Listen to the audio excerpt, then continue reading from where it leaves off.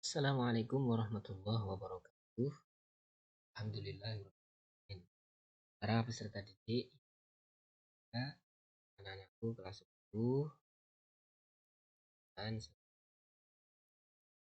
segala di mana saja berada, mudah berkahan Allah dalam limpahan rahmat dan karunia sehingga di mana saja kita bersyukur dan menjalankan aktivitas sehari-hari dengan baik.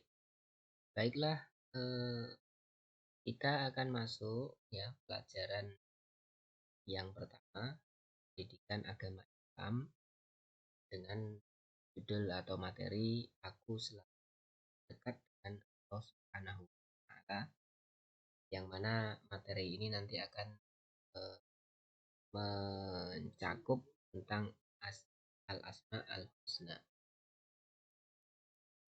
Baik, Allah Subhanahu wa Ta'ala menciptakan kita, ya. Allah tahu apa yang kita kerjakan, Allah tahu apa yang kita lakukan, dan Allah selalu memberikan eh, apa namanya pertolongan di setiap kita membutuhkan sesuatu. Nah, oleh karena itu, di mana saja kita berada, ya, apa saja yang kita lakukan, Allah selalu berada, ya, dan Allah eh, dekat dengan kita. Ya, oleh karena itu, supaya Allah lebih dekat dengan kita dan selalu menolong kita, selalu, ya, berikan sesuatu yang terbaik untuk kita, maka kita juga harus, ya, berusaha untuk dekat dengan Allah, karena Allah memberikan eh, satu perlindungan kepada manusia. Tidak ada yang bisa memberikan kecuali Allah. Meskipun usaha kita semaksimal mungkin apapun, ya, meskipun kita berada di tembok yang dalam, dikelilingi oleh, ya, besi-besi untuk melindungi dari, ya, bahaya, baik itu bencana alam atau apapun, kalau Allah menghendaki, ya, itu terjadi maka terjadi. Tapi kalau Allah tetap melindungi, ya kita akan dilindungi oleh Allah Subhanahu. Sehati-hati apapun kita di jalan, ya.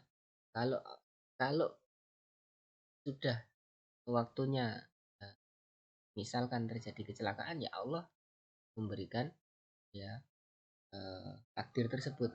Tapi kalau Allah melindungi kita, ya sudah, Allah pasti akan melindungi kita dan akan menyelamatkan kita. Meskipun kita hati-hati, itu adalah bagian dari ikhtiar, tapi tetap takdir dari Allah Subhanahu wa Ta'ala, ya, akan selalu menyertai kita. Oleh karena itu, kita usahakan dekat dengan Allah supaya, ya, Allah juga dekat dengan kita. Baik, kita lanjutkan. Kita harus mensyukuri karunia Allah Subhanahu wa Ta'ala. Hidup di Indonesia ini luar biasa, ya. Betapa Allah memberikan karunia-Nya, ya, di bumi Indonesia, di bumi Nusantara ini kenikmatan yang sangat sangat luar biasa, ya. Coba lihat bagaimana dengan keadaan laut, ya, di Indonesia yang berlimpah ruah, beraneka ragam ikan-ikan yang ada, hutan, ya, perkebunan, pertanian, ternakan dan seterusnya, luar biasa karunia yang Allah berikan. Kita harus mensyukuri apa yang dikaruniakan oleh Allah Subhanahu wa Ta'ala kepada kita, dengan sebaik-baiknya kita olah, ya, kita olah dengan baik, ya. Kita harus sebagai seorang pemimpin harus jujur dan seterusnya. Nah, kita masuk ke bab al-asma al-husna. Asmaul husna. Apa itu Asmaul Husna? Adalah nama-nama yang indah, nama-nama yang baik dan indah, yang hanya dimiliki oleh siapa? Allah Subhanahu Ta'ala, ya.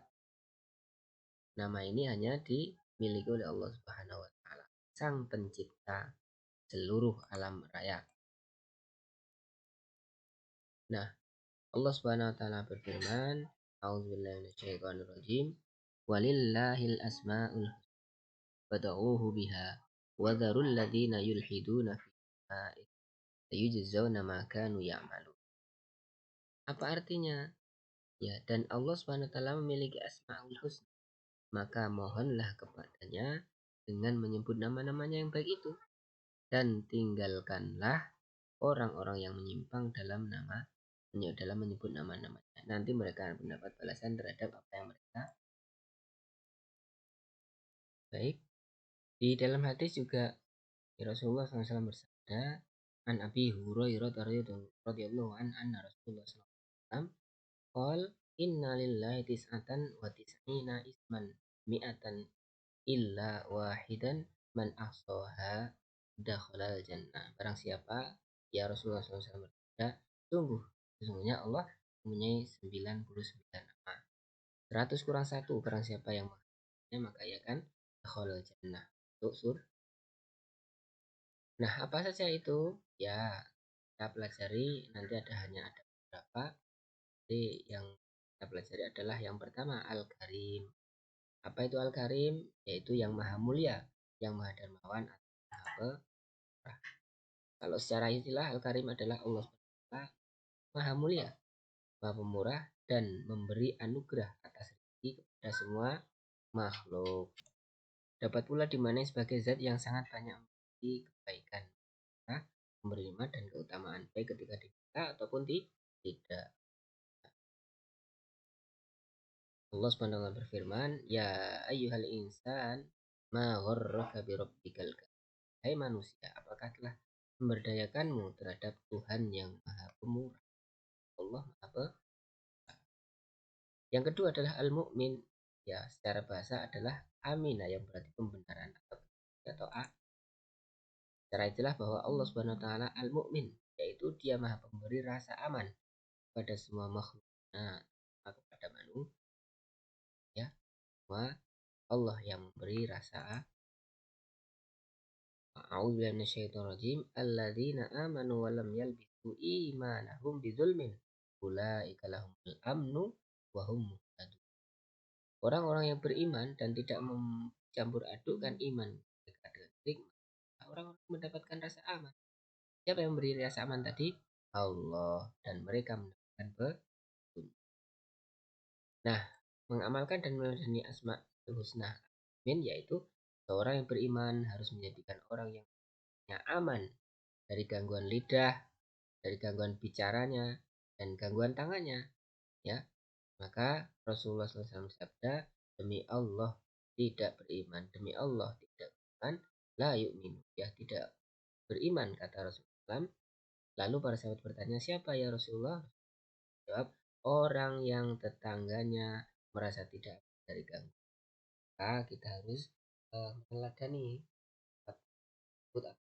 kan sifat Asmaul Husna Al-Mu'min, bahwa kita juga harus memberikan rasa aman.